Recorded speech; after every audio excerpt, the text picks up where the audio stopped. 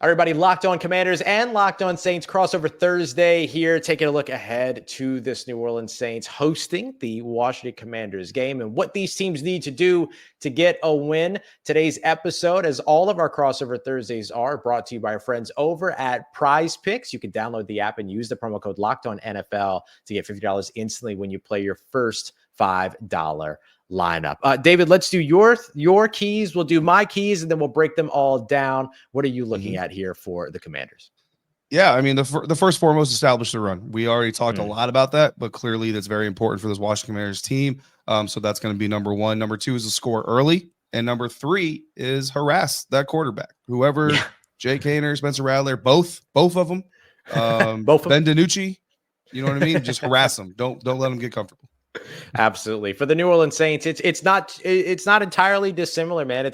It's run the ball effectively, as we've discussed. It's avoid their mid-game slump. They've had some issues in the second and third quarters. And then it's managing the run game on the opposite side, which becomes a part of the conversation of limiting rookie quarterback Jaden Daniels as best as you can. So we know the run game is going to be absolutely vital here. Let's talk a little bit about the fast start and the sustained success that these two teams need. Like I mentioned, the New Orleans Saints in the second and third quarters have seen slumps under Darren Rizzi so far. Interim head coach Darren Rizzi has spoken about this during press conferences. I think that's going to be a big focus this week. They talked about kind of keeping the second half going. They even made the second half of practices a little bit more intense. I think the next thing they're going to be doing here is trying to figure out how to make that midsection of practices a little bit more intense as well. Get this team a little bit more conditioned and ready to go to keep it going for not just the first 15 minutes and the last 15 minutes, but everything in between as well. But the Commanders, of course, are looking at fast starts over on their side. I'll tell you what, Ross, what I really like about Coach Rizzi, and again, I don't even know him, right? Like, but just like what I've seen and what I've learned, and from watching your show, I learned a lot too, is like, he's obviously more Dan Campbell than he is Dan Quinn.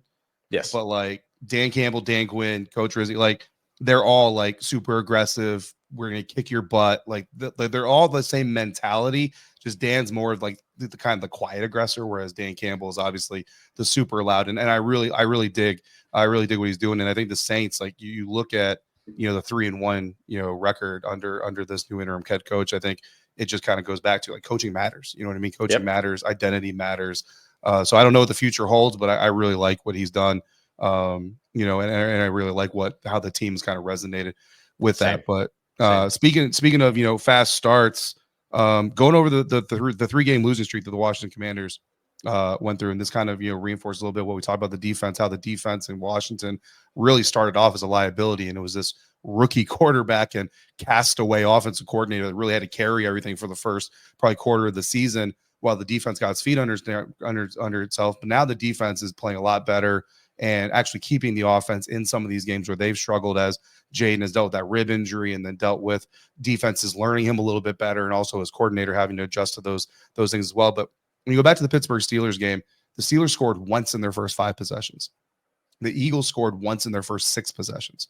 The Cowboys scored once in their first 7 possessions, which is funny to me because it's 5, 6, 7, literally. And it just kind of shows you how much that offense was struggling during that 3-game losing streak. And you look at the Saints, and the Saints are not giving up a lot of points. You know what I mean? Under this new attitude, I'll put it.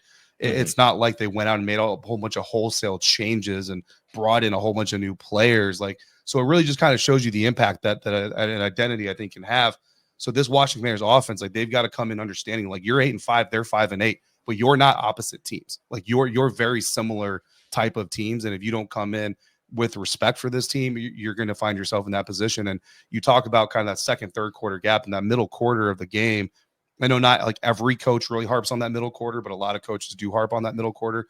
And Dan Quinn loves boxing analogies. So with the Washington Commanders, and when for Saints fans who've never seen the Commanders play, when you watch this game, what you're going to notice is it's a lot like a boxing match. Like in the beginning of the game, there's jabs, there's some slight hooks, just kind of trying to feel out what's going to land, what's not going to land, what are you defending. That middle quarter is like the third, fourth, fifth round of a boxing match, where that's where we're really going to try. Okay, we think we have you read. Now we're really going to try to land some haymakers here, really try to put you against the ropes.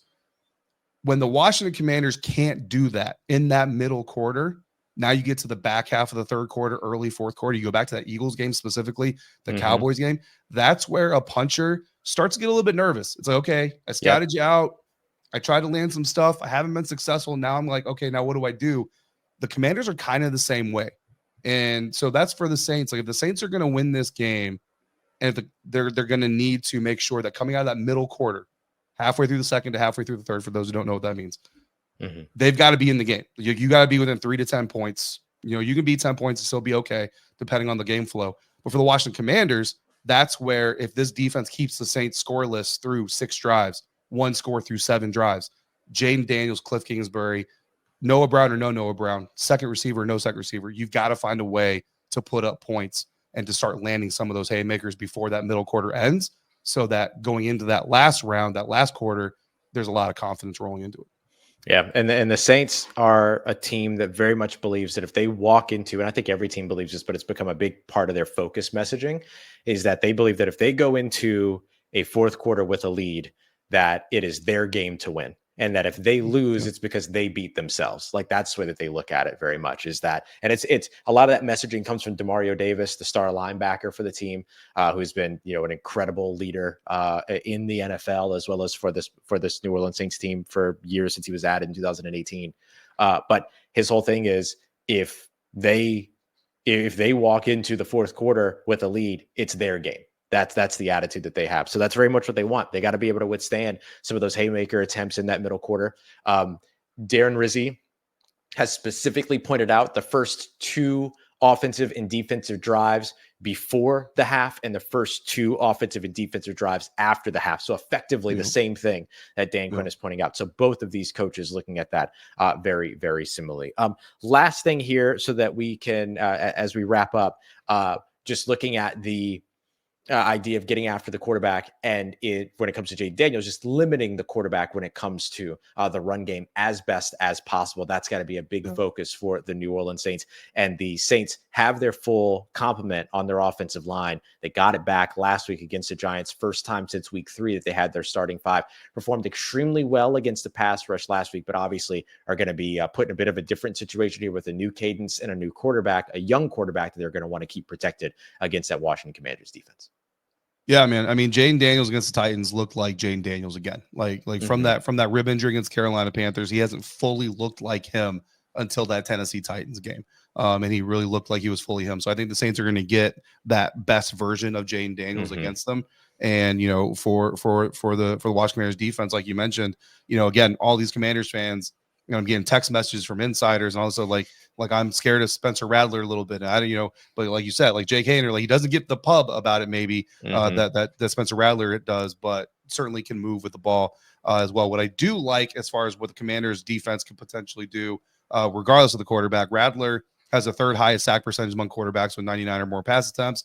Haener 14th highest sack rate among quarterbacks with 29 or more pass attempts. A little bit obviously of a more wider scope there, but Rattler also 11th highest turnover worthy play percentage. Jake Haener hasn't had turnover worthy play yet, according to PFF, but you know, 29 pass attempts. We'll give him some more time.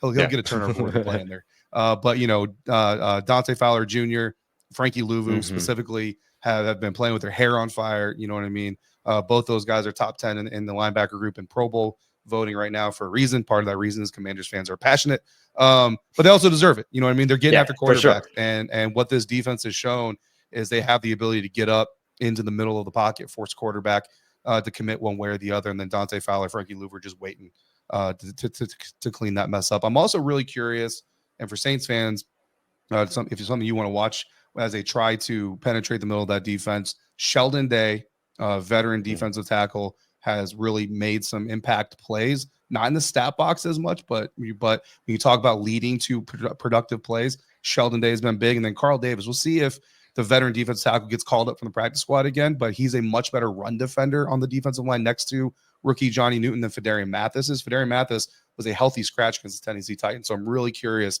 to see, because Dan Quinn didn't say it as much, but I can tell you it's because of run defense. Fedarian's not very good against the run.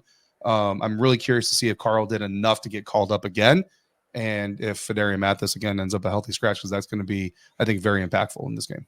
Yeah. And then on top of all that, you got Jaden Daniels returning to Louisiana. Yeah, Marshawn buddy. Lattimore returning to the Caesar Superdome. Chase Young taking David on the Harrison Washington returning Commanders. to the David Harrison Superdome. returning to the Superdome as well. And of course, John Ridgway revenge game on the way. We got Yes. it all Oh, I love in John. this matchup. I Me love too. John. He's a great dude. All right, there you go. That's everything you need to know about this matchup. Literally, we covered it all. This was awesome. This was so much fun.